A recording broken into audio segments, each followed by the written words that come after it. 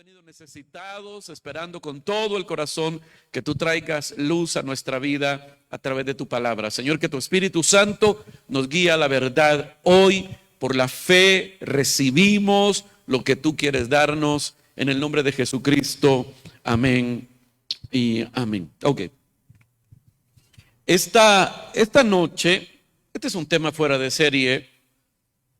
Quiero que hablemos sobre el río de Dios. Quizás hay una parte de esto que vamos a continuar la otra semana, pero quiero hoy comenzar leyendo Jeremías 17.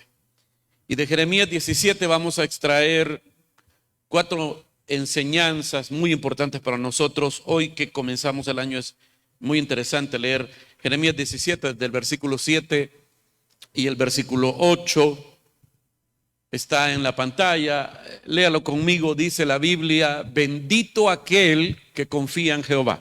Léalo conmigo. Bendito aquel que confía en Jehová y cuya confianza es Jehová, porque será como el árbol plantado junto a las aguas, que junto a la corriente del río echará sus raíces y no verá cuando venga el calor, sino que su hoja estará verde, y en el año de la sequía no se fatigará ni dejará de dar fruto. No sé si este va a ser el año de la sequía en algún área de tu vida. Primero Dios que no. Toco madera, ¿verdad? Pero mire lo que la palabra de Dios dice. Para los que confían en el Señor, para aquellos cuya confianza es el Señor, otra vez, bendito aquel, hay otra versión que dice bienaventurado, bendito aquel que confía en Jehová y cuya confianza es Jehová. Versículo 8. ¿Por qué bendito? ¿Por qué? ¿Por qué puede considerarse bienaventurado, dichoso o feliz? Porque será como el árbol plantado junto a las aguas, que junto a la corriente del río echará sus raíces, y no verá cuando venga el calor, sino que su hoja estará verde, y en el año de la sequía no se fatigará ni dejará de dar fruto. Mire, hay en la Biblia muchas figuras acerca de el Espíritu Santo de manera particular. En el Antiguo Testamento solamente voy a mencionar esto. Creo que lo hablé un día de estos, cuando mencionamos 1 Corintios 10, que decía, bueno, estamos hablando de la siembra y la cosecha el domingo. Ahí fue que mencionamos ese pasaje. 1 Corintios 10, el apóstol Pablo dice que todo lo que se escribió en el Antiguo Testamento quedó escrito, dice, para nuestra enseñanza, para que aprendiéramos lecciones de la gente del Antiguo Testamento. O sea que no solamente las cosas buenas que hicieron, sino las cosas malas de los hombres y las mujeres que vivieron su vida de fe en el Antiguo Testamento. Dios las dejó allí. Por eso es que, mire, la Biblia es la palabra de Dios.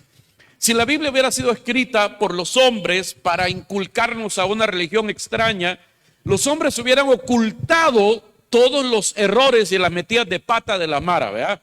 Todos fueran santos, casi perfectos, casi alados, ¿verdad? Los del Antiguo Testamento, incluso los del Nuevo Testamento. Pero encontramos en la Biblia que Dios permite que las cosas salgan a la luz para que usted y yo nos identifiquemos con esas personas. Por ejemplo, usted lee de Noé, por ejemplo, que cuando se bajó del arca, lo primero que hizo Noé al bajarse del arca, bueno, entre otras cosas, pues, pero una de las primeras cosas que hizo fue, dice que plantó una viña. ¿Cuáles son los frutos que da una viña? Las uvas. ¿Y qué se hace con las uvas? Fresco de uvas. Usted ya se fue a chupar de una vez, ¿verdad? Espérame, fresco de uvas. Y después con eso se pone a fermentar y de ahí sale el vino. Y la Biblia dice que Noé plantó una viña, y entonces, claro, pasó mucho tiempo en ese proceso. Plantó la viña, cosechó las uvas, hizo el fresquito, eso se fermentó, y cuando ya estaba el vino listo, él empezó a tomar y se puso bolo.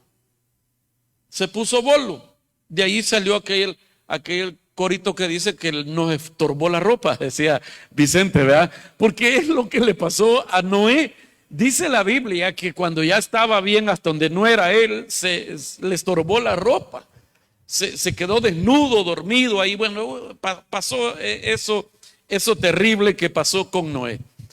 Y luego dice que sus hijos, uno de sus hijos lo vio desnudo, fue a contarle a sus hermanos, aquellos vinieron con una manta y lo taparon y dijeron ellos, no le digamos a nadie.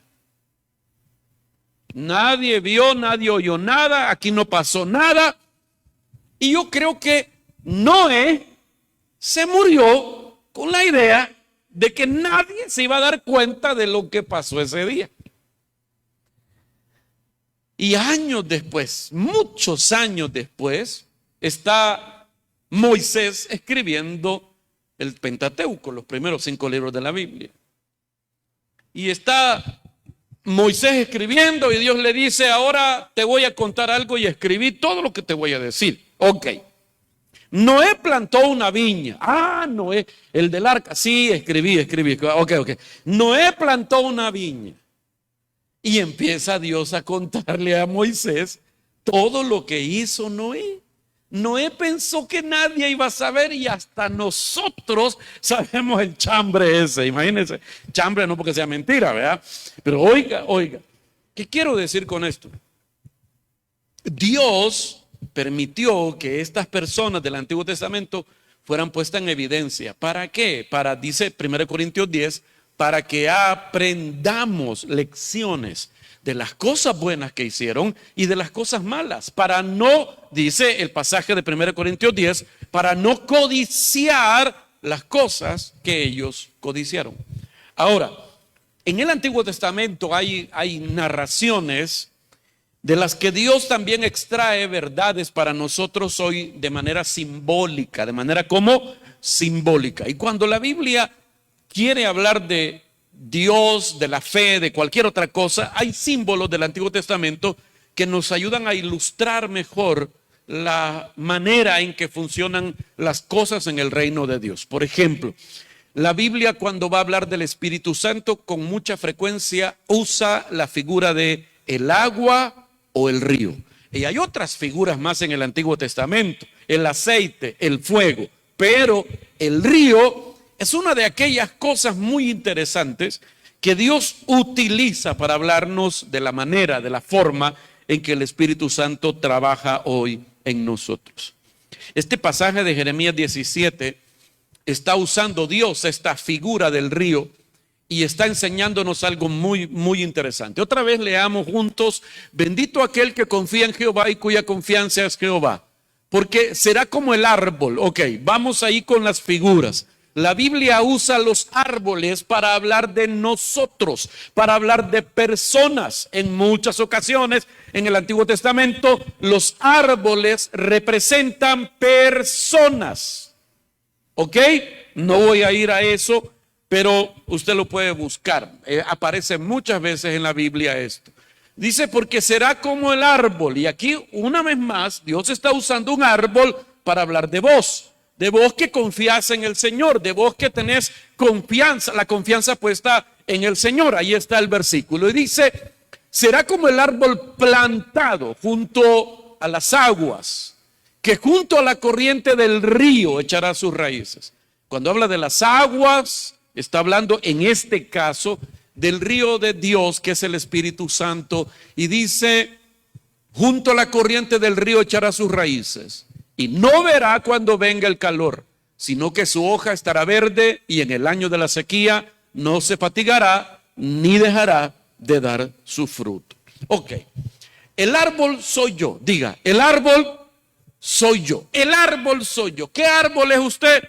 No sé. Otro día vamos a hablar de las diferentes clases de árboles que representan. Hay cosas chistosas de los árboles. No voy a hablar de eso hoy, pero somos un árbol. La Biblia está usando la figura de un árbol para hablar de nosotros, que confiamos en el Señor. Y dice que los que confían en el Señor se deben dar por bendecidos, por personas bendecidas. ¿Por qué? Porque estas personas están como plantadas, dice, a la orilla del río. y el río nutre las raíces de ese árbol. Lo primero que quiero que vea, ponémelo por favor, lo primero que aprendemos de este pasaje, siguiente ahí, por favor, gracias. Lo primero es que la Biblia dice que estás plantado. Diga conmigo, estoy plantado. ¿Estoy qué? Plantado. El versículo dice, será como un árbol plantado. Espérame. No es un árbol que salió solito ahí. No es que cayó una semilla al azar, accidentalmente, y ahí brotó el árbol con el tiempo. No, dice que fue, ¿cómo fue? Fue plantado. Esto es muy importante. Significa, óigame, que hay un plan que fue puesto allí de manera consciente y a propósito. Alguien lo puso. No saliste allí sin querer, no. Alguien te plantó. No creciste solo. Bueno, no naciste solo. No eres un árbol silvestre. No estás ahí por casualidad. No estás ahí por accidente. Alguien pensó. Alguien creó la idea de plantarte justo allí. Lo que quiere decir este detalle de la Biblia es que Dios tiene el control de mi vida. Dios tiene el control de tu vida. No sos un accidente, aunque tengas cara de uno. No sos un accidente. Fuiste planeado. Y Dios tiene, según la Biblia dice, y usted sabe dónde está, plan de bien para tu vida. No somos un accidente. Dígale al de la par, no soy un accidente. Y oiga, y aunque hay accidentes que ocurren en tu vida, Dios los sabe usar para bien. Pero partiendo de esto, que es muy importante, oiga, Dios te plantó. No saliste allí por accidente. Dios te plantó. Dios te puso ahí. Él te sembró y Él te cuidó. Tu plantación, yo quiero que guarde esto en su corazón. Tu plantación fue estratégica. No dijo Dios, tengo una semillita aquí, ¿dónde la pongo? ¿Dónde la pongo? Ah, ahí. Y la tiró ahí. No, es una plantación estratégica. Dios es un ser inteligente y Dios hace planes. Y en esta semilla Dios, que estaba representado en tu alma y en tu espíritu, Dios decidió plantarla justo donde te plantó. Y aquí podemos hablar de varias cosas interesantes. Porque mírame para acá. Dios te plantó en la familia donde naciste. Sí, vos quizá hubieras querido nacer en el seno de otra familia. No sé si alguna vez fantaseaste con ser el hijo de un millonario o de una persona de ¿qué? Un anglosajón, un chele europeo o gringo, ¿verdad? O lo que sea. Yo no sé si usted alguna vez pensó, soñó o anheló nacer en otro lado. No levante la mano. Pero oiga, tu plantación fue estratégica. Dios te puso aquí. Dios te puso en este país. Dios te puso en el seno de tu familia. Dios escogió que esa mujer fuera tu madre y que ese hombre fuera tu padre. Ahora, hay muchas cosas, hay mucha tela que cortar en cuanto a las relaciones y cómo ellos las manejaron, si te criaron, si te abandonaron, qué sé yo. Pero todas esas cosas, las experiencias buenas y malas de tu vida, forjaron la identidad que tenés ahora.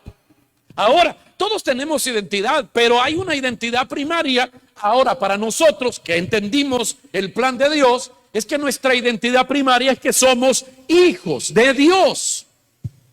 Pero también somos salvadoreños. Pero también somos que santanecos. Si usted nació aquí, no sé dónde nació usted, porque a algunos les veo su talla así como de Noruega, una onda así, ¿verdad?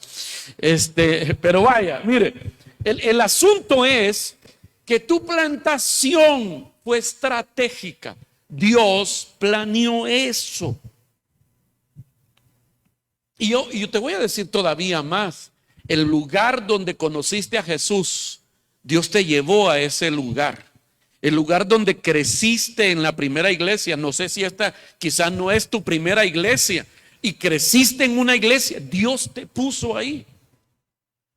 ¿Sabe? Yo recuerdo mi primera iglesia y claro, hubo un tiempo en que yo me sentía como, lo voy a decir, sí, se lo voy a decir por mi culpa, por mi grandísima culpa. Mire, hubo un tiempo en que yo resentí haber nacido en la fe o haberme criado en la fe en la iglesia donde me crié. Porque era una iglesia muy legalista, muy legalista. Sí, cuando a mí me empezaba a salir el bigote, me mandaron a quitármelo. Porque no se podía servir a Dios con bigote. Y a mí apenas se me veía, ¿verdad? Era tornasol. Si el sol me daba de alguna manera, se veía. Si no, era casi invisible ese volado. Pero me lo mandaron a quitar. Ahora, lo que quiero decir es que en algún momento yo como que resentí la iglesia donde yo comencé a crecer. Pero, con el tiempo haciendo una evaluación de mi vida, del ministerio que el Señor me ha permitido desarrollar para servirle a su iglesia, yo necesitaba estar en esa iglesia al principio. Yo necesité eso. Yo necesité eso para que yo viera el exceso y el daño del legalismo y evitara eso cuando yo pastoreara. Puede ser, pero también esa dureza me forjó a mí en una disciplina que Dios necesitaba acelerar en mi vida, que si yo hubiera estado en otra iglesia, yo no me hubiera aprendido quizás ni un versículo de la Biblia. No hubiera desarrollado o no se hubiera generado en mí como esa pasión por predicar, por evangelizar, por todo lo que hice al principio, porque estaba en esa iglesia. Años después yo he podido sentarme a conversar con mi primer pastor, que fue el fundador de la iglesia, la segunda iglesia más grande del mundo, la iglesia más grande de América Latina en ese entonces, el fundador de Elim, El Salvador.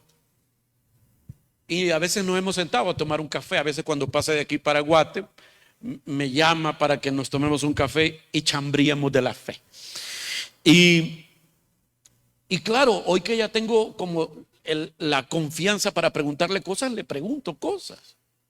¿Por qué el bigote? Ya le conté que cuando yo le dije la primera vez, ¿y por qué el bigote? Le pregunté ya después que yo ya no estaba, yo ya era pastor y todo. Me dijo, pues le voy a decir por qué en el IM le quitaban el bigote y la barba a todos. ¿Por qué? Porque a mí no me salía. ¿Cómo así? Le dije yo. Sí, como a mí no me salía el bigote, o sea, a mí medio me salía bien chistoso como Cantinflas, me dijo, yo me lo quitaba todo. Entonces los pastores y los líderes me veían a mí y decían, así debe ser un hombre de Dios. Y yo nunca enseñé que se quitaran el bigote. A ellos se les metió, pero en mi ego, me confesó él, creo yo que con mucha honestidad, me dijo, en mi ego, eso era algo que realmente me llenaba a mí. Todos querían ser como yo. Entonces yo nunca prediqué lo contrario. Ah, vaya, le dije yo. Ok, ¿y no hay versículo bíblico? No, me dijo, no, a pila que les agarró y yo ahí lo dejé. Ah, bueno, pero a mí sí me dieron un versículo bíblico, le dije yo. Me acuerdo que él iba manejando el carro y paró, se hizo a la orilla y me dijo, dígame, ¿cuál es el versículo? Matado de la risa. Cuando yo le di el versículo, más se reía.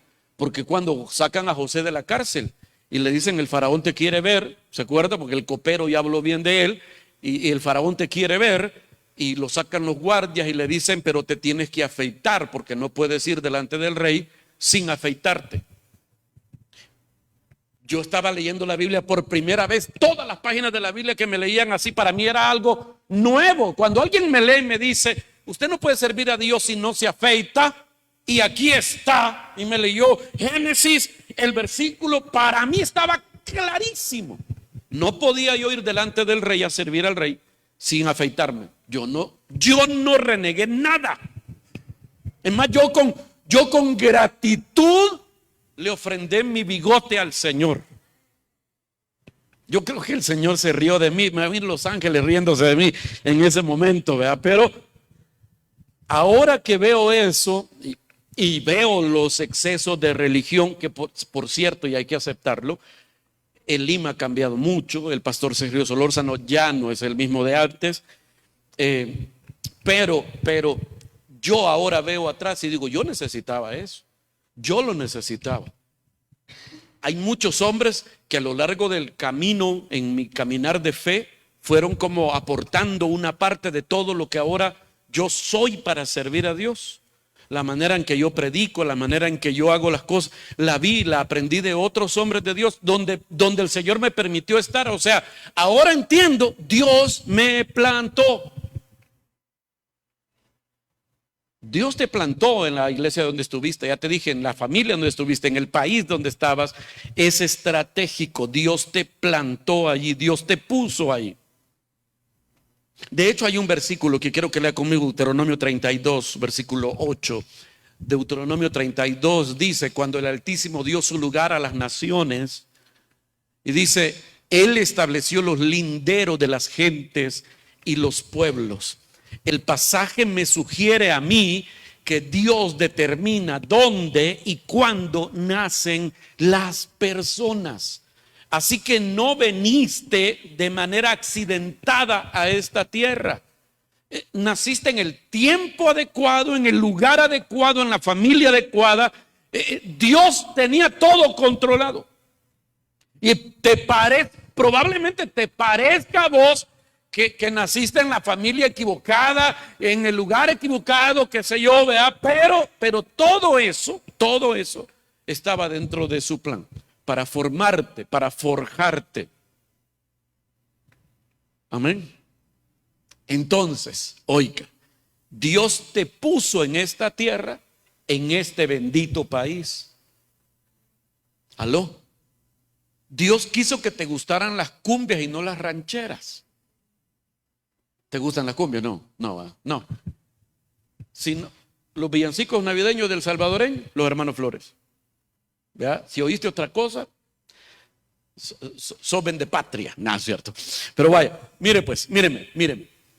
Dios determinó que naciéramos donde naciéramos, pero también, oiga, estamos en Cristo gracias a Él. Nosotros tenemos la costumbre de decir, yo busqué a Dios y el día en que yo acepté a Cristo, y todas estas maneras nuestras de hablar que dan a entender como si Dios estaba perdido, yo lo fui a buscar. Y entonces yo le hice a Él el favor de aceptarlo. Y aunque yo decido y lo invito y le pido que venga a mi vida, pero en verdad, el perdido era yo. Y Él determinó un día en que me iba a encontrar y me encontró y me salvó, me perdonó y me salvó. Mire lo que dice Juan capítulo 1, versículo 11. Juan 1:11, a lo suyo vino y los suyos no le recibieron. Está hablando de Jesús y su relación con Israel.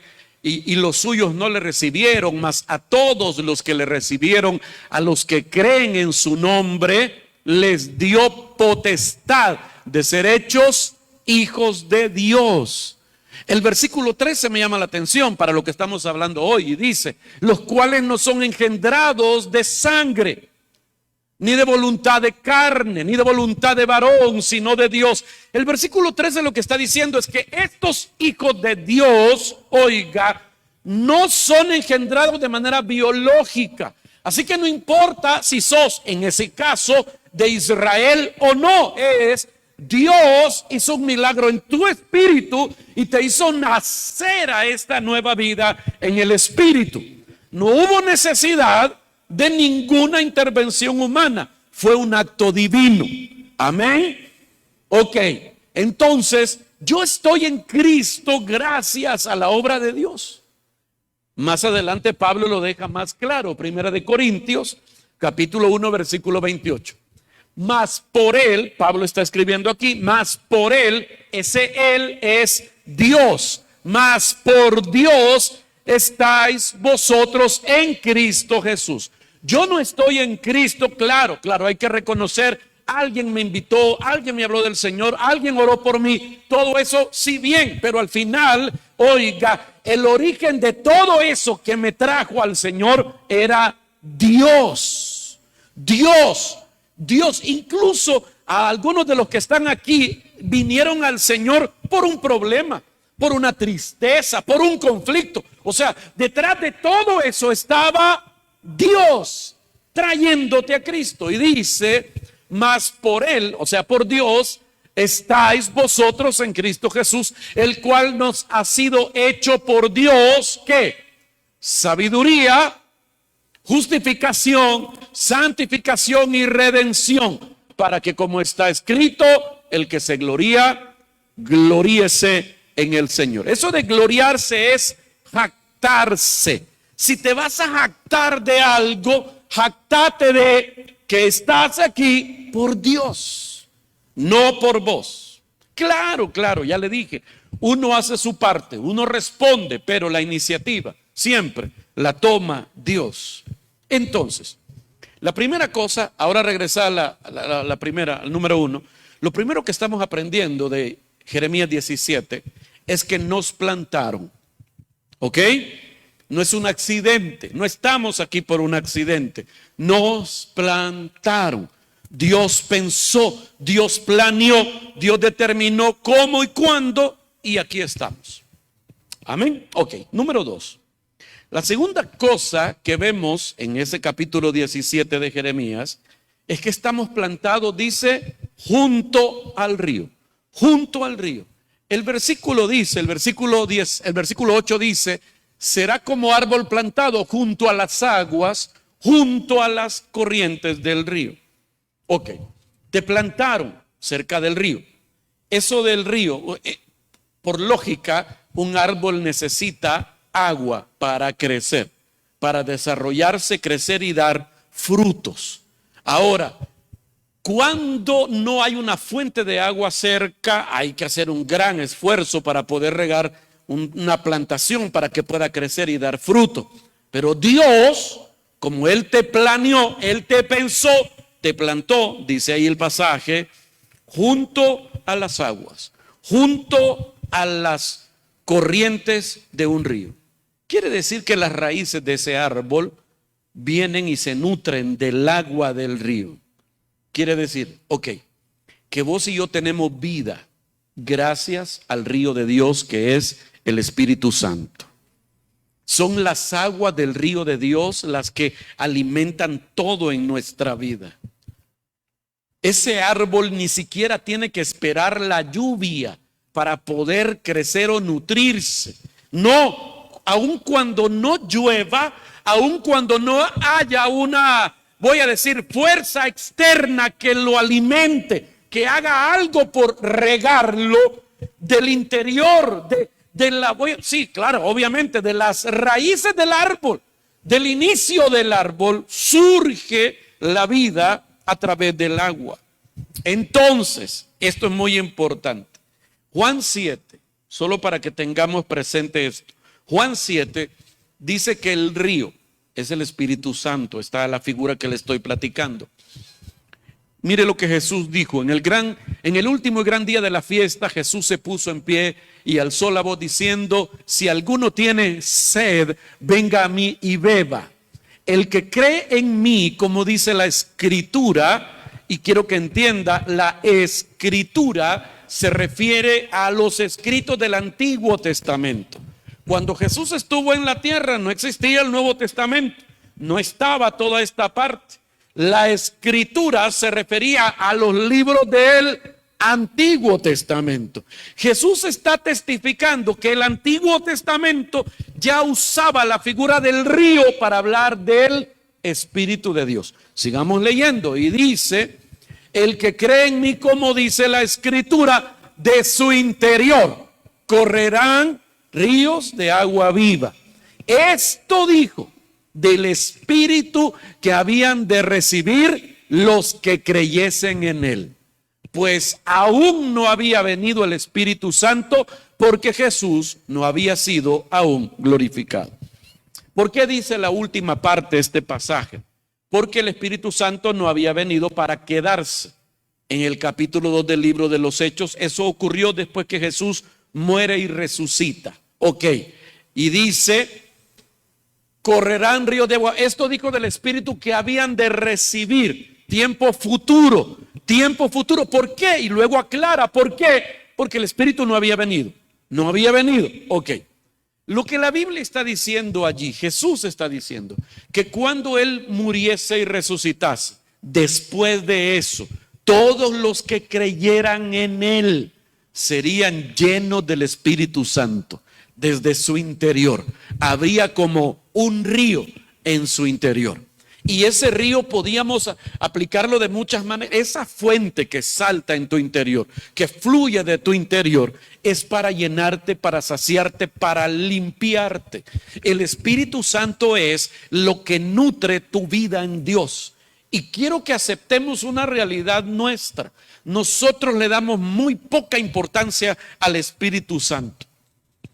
No podemos, es que nosotros no somos pentecostales. Sí, quitémonos el mote de somos o no somos pentecostales. El Espíritu Santo es una realidad para la iglesia ahora, para tu vida y para la mía.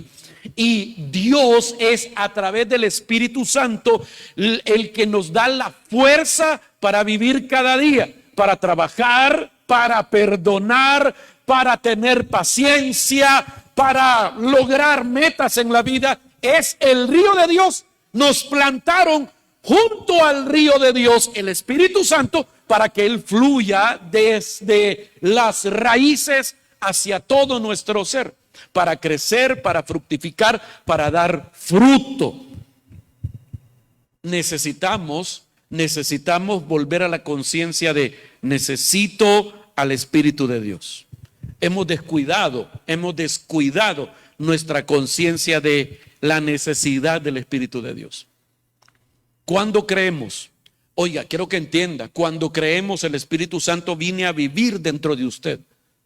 El día en que usted creyó en Jesús, el Espíritu Santo vino a vivir dentro de usted. Pablo dice que cuando creemos en el Señor, Él se conecta a través de su Espíritu a nuestro espíritu. Allí en nuestro espíritu está la conexión donde Dios se conecta a nosotros. Y es a través de su espíritu a nuestro espíritu.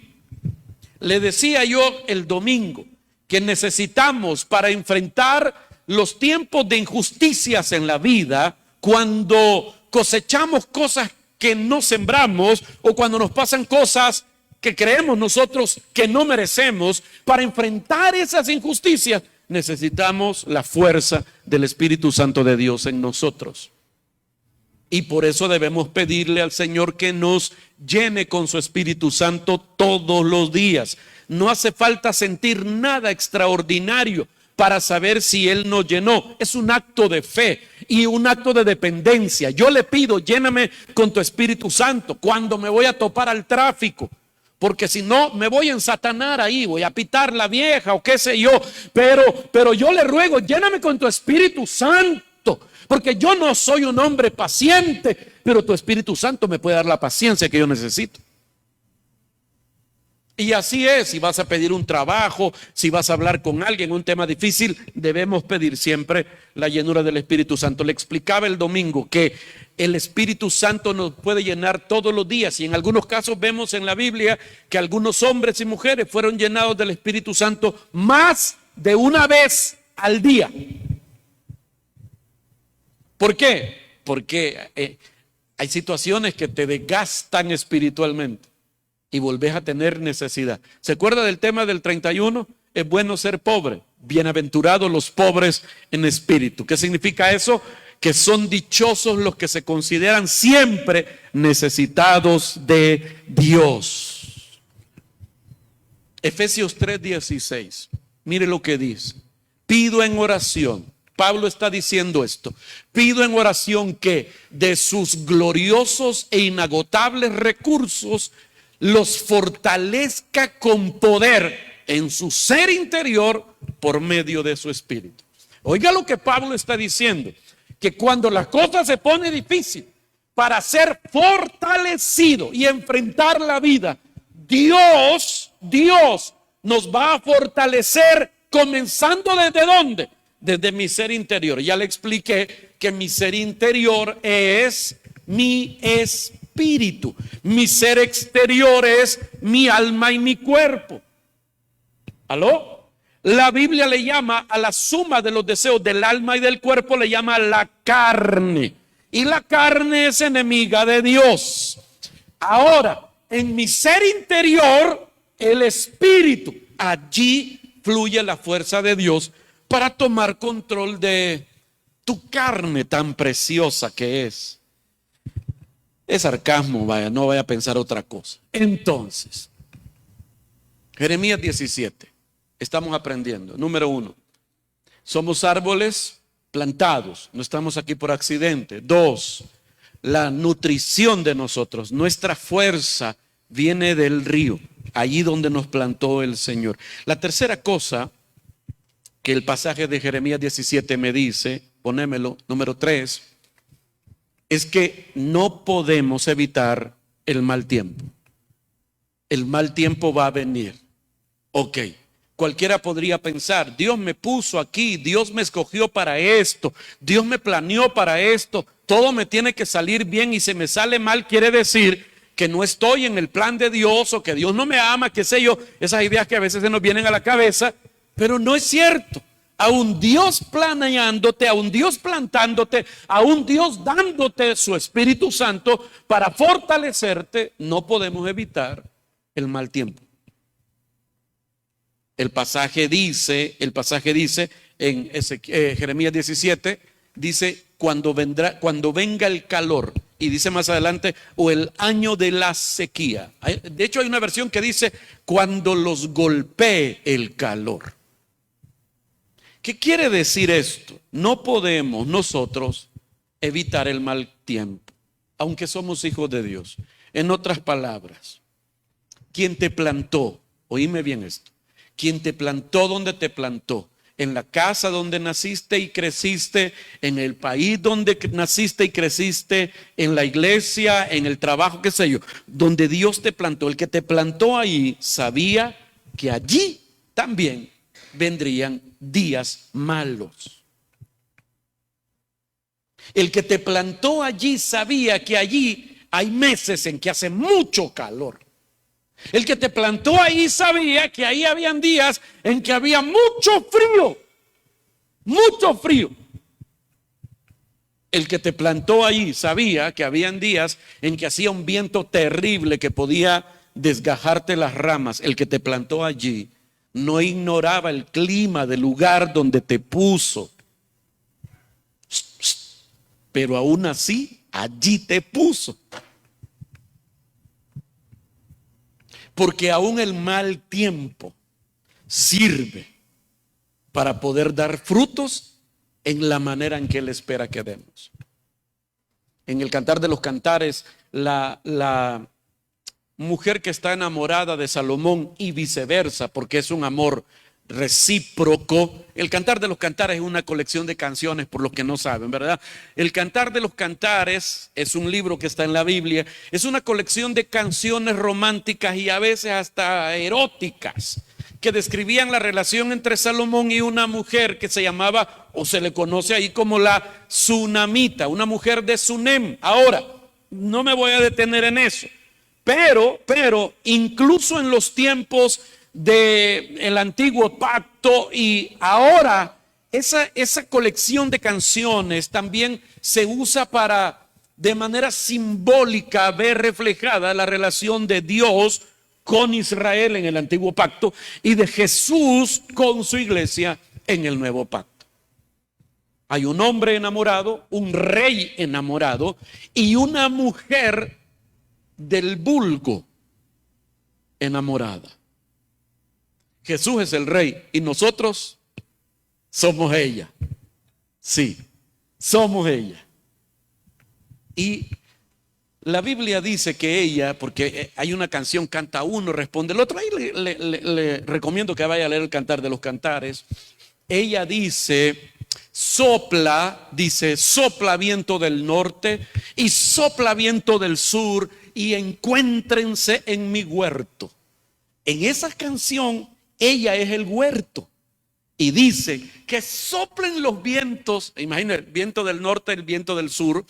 De hecho, en el griego, en el hebreo usa una palabra que describe vientos huracanados del norte. O sea que no es brisa, es un fuerte remolino que va a golpear su huerto. Pero ella dice, ¿por qué? para que se desprendan los olores de mi huerto y venga mi amado a visitarme. Ella quiere que el viento sople para que ella pueda exhalar perfume agradable para llamar la atención del hombre que ama. ¿Qué significa eso? Que a veces los tiempos difíciles sacan de nosotros cosas buenas que son como perfume agradable delante del Señor. A Él le llama la atención la manera en que podés resistir las tormentas sin rendirte. A Él le encanta verte perdonar cuando tenías ganas de asesinar. O sea, cuando la tormenta sopla en tu vida y ver que hay perfume agradable, qué alegría le produce eso al Señor. Entonces, vuelvo al punto.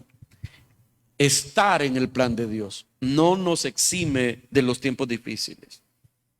Él sabía que estaríamos expuestos al cambio de las estaciones, a mucho calor, a lluvia, a sequía, a mucho frío. El que te plantó donde te plantó sabía eso. Sabía que ibas a crecer quizá en una familia difícil, disfuncional. Él sabía dónde te puso. Él estaba allí. Nunca te dejó. Y ahora puedes ver hacia atrás. Y te voy a decir algo. Incluso los tiempos difíciles forjaron la persona que sos ahora. Ahora, el clima, y esto es lo importante, el clima no es el que te da la vida, sino el río. Así que no importa, porque el pasaje dice eso. No importa si hace calor, no importa si hay un año de sequía, siempre vas a dar fruto y tus hojas van a estar verdes. ¿Por qué? Porque la vida, tu vida, no viene del medio ambiente, sino del que habita en tu interior, el Espíritu de Dios. El clima no determina tu fortaleza, ni tu gozo, ni tu paz, sino el Espíritu de Dios, el río de Dios. Y número 4. La cuarta cosa que vemos aquí tiene que ver con lo que le estoy diciendo ahora mismo, pónemelo, es que el clima no va a interrumpir tu crecimiento. El clima no interrumpe tu crecimiento. El pasaje dice, está ahí en la pantalla, véalo conmigo, porque será como el árbol plantado junto a las aguas, que junto a la corriente del río echará sus raíces y no verá cuando venga el calor. Otra versión dice, no sentirá el golpe del calor, sino que su hoja estará verde y en el año de la sequía no se fatigará, ni ¿qué dice? Ni dejará de dar fruto. Ayúdame con el piano, por favor. Míreme.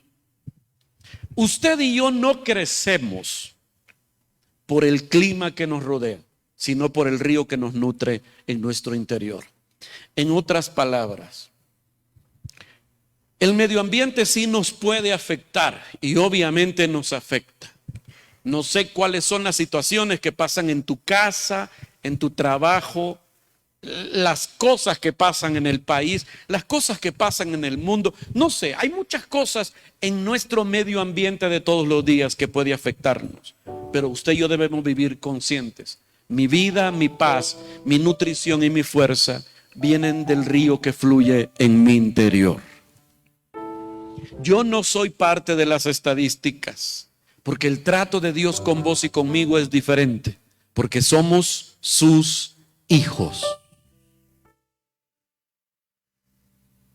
Mire, cuando usted ve un niño, ¿cómo se lo digo para que el ejemplo esté bien dicho? Mire, cuando usted ve un niño en necesidad, usted busca ayudar. Creo que hay una inclinación natural a buscar cómo ayudar. Si usted está en su casa y afuera en la calle escucha a un niño gritar o llorar, usted se preocupa o se pregunta qué pasará con ese niño. En algunas ocasiones usted sale a ver qué pasó, porque llora un niño, no sabe qué niño es. Pero no es lo mismo cuando usted oye llorar a su niño. Cuando es su niño el que llora y el que tiene una necesidad, ahí no busca usted cómo ayudar. Usted hace lo imposible para resolver.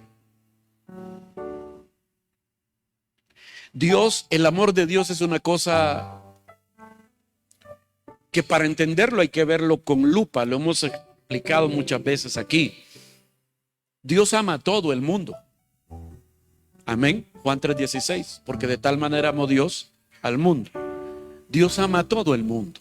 A todos. Dios ama a todos. A todos. Los que son cristianos y los que no. Los que son musulmanes, budistas, los ateos, a los satánicos. Dios ama a todos. Dios ama hasta los diputados. Dios ama a todos. A todos ama Dios. Me ama a mí, te ama a vos. Nos ama a todos. A todos. Pero en la Biblia encontramos que por encima de amar a todos, Dios ama a sus hijos. Y encontramos en la Biblia invitaciones a hacerle bien a todos, pero dice, pero especialmente a los de la familia de la fe. Es que Dios, y lo decía en el Antiguo Testamento, Dios sabe hacer diferencia entre el que es su pueblo y el que no es su pueblo. Dios ama a todos, pero a sus hijos, con sus hijos, Dios tiene un trato especial y particular. ¿Aló? Ahora, ahí entran los hijos de Dios, entran los que son buenos hijos, regulares, malos hijos, pero Dios ama a sus hijos. ¿Se acuerda del hijo pródigo? Se fue, gastó todo. Y todos los días, dice la Biblia, salía a la puerta a esperar que regresara. ¿Por qué? Pero era bolo, sí, pero era su hijo. Pero se gastó todo en prostitutas, sí, pero era su hijo. Yedía cuche, sí, pero era su hijo. Todos los días salía a esperar lo que regresara. ¿Qué quiere decir con esto? Oiga, que el trato de Dios con vos es especial. ¿Por qué? Porque sos su hijo, sos su hija y Él te ama. Y Él, en el tiempo de la sequía y en el tiempo de calor, Él se va a encargar de que seas nutrido y fortalecido en tu ser interior para soportar el tiempo difícil. Vos no resistís porque estás hecho de buen material, porque sos de buena madera, sos un buen palo. No, vos y yo resistimos por el fluir del río de Dios en nuestro interior. No podemos nosotros solos seguir adelante. Nuestra resistencia no depende de nosotros, no depende del clima, del medio ambiente, depende del río de Dios. Mírame, este año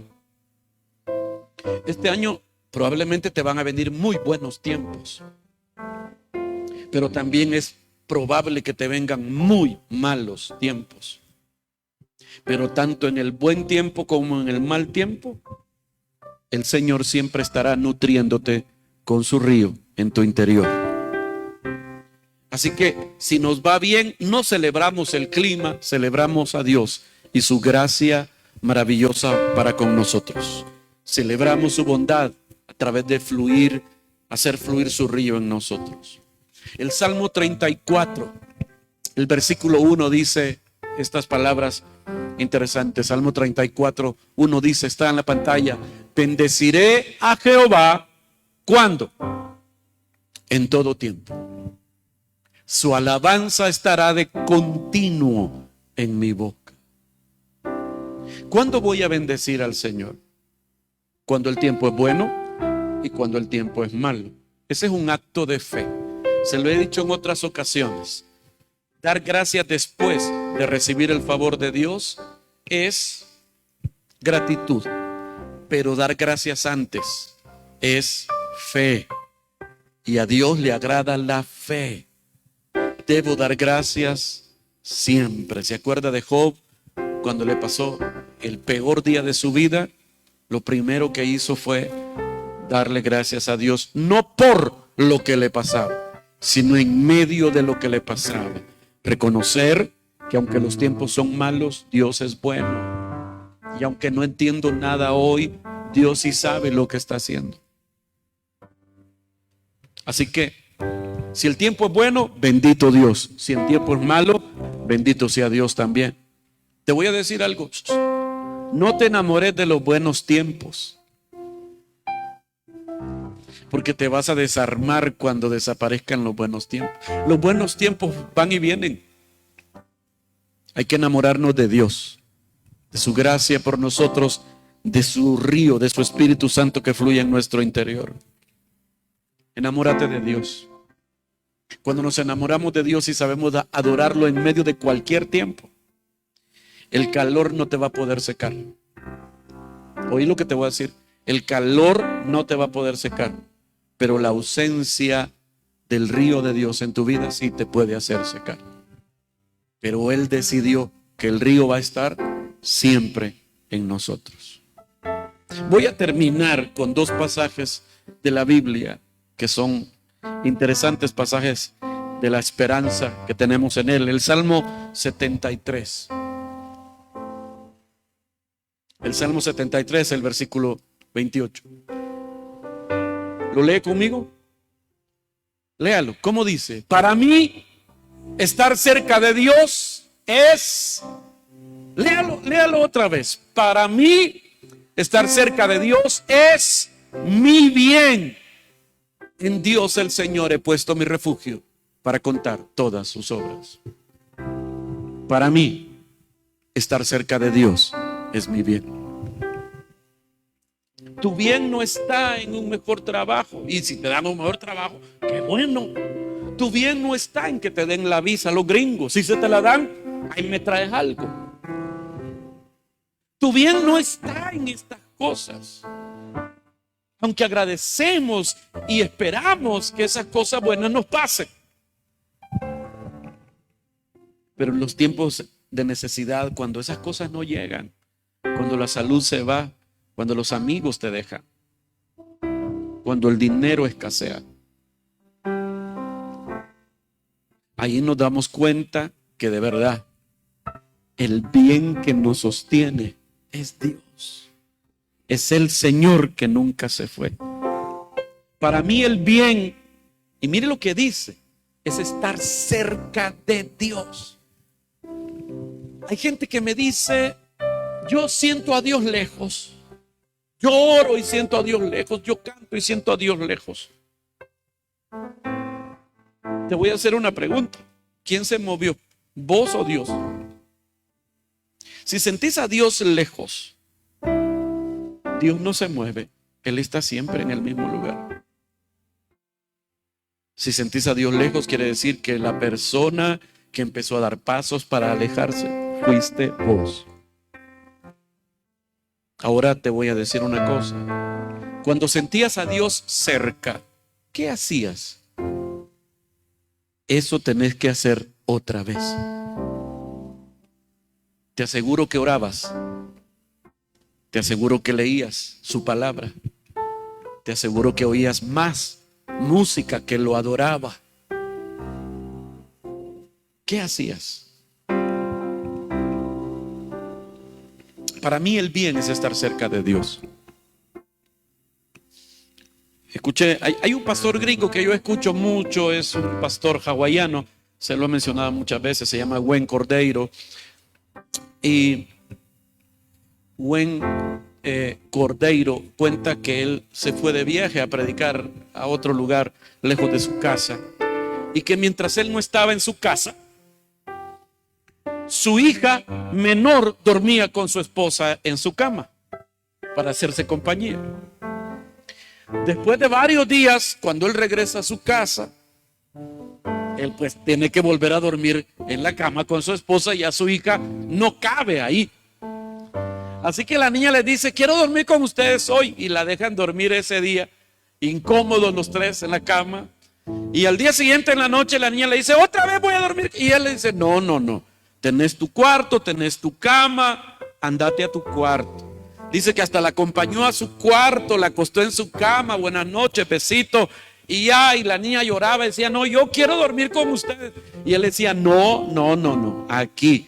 Cuando yo me vuelva a ir, si tu mamá quiere, volver a dormir con ella, pero ahorita no, esta es tu cama, este es tu cuarto. Y la niña se quedó llorando ahí. Él se fue al cuarto, se durmieron. Y dice que él se despertó en la mañana, 5 y tanto, casi 6 de la mañana. Y cuando él abre la puerta del cuarto, Abre la puerta. Y ahí pegadito a la puerta estaba la niña envuelta en su sábana con su almohadita, pegada a la puerta del cuarto de su papá. Dice él, cuando yo vi eso, el corazón se me hizo pequeñito y solo recordé, dice, este versículo de la Biblia. Justo este. Para mí el bien es estar cerca de Dios. Si hay una canción y si hay un tipo de canciones que te hacen sentir cerca de Dios, esas son las que tenés que oír.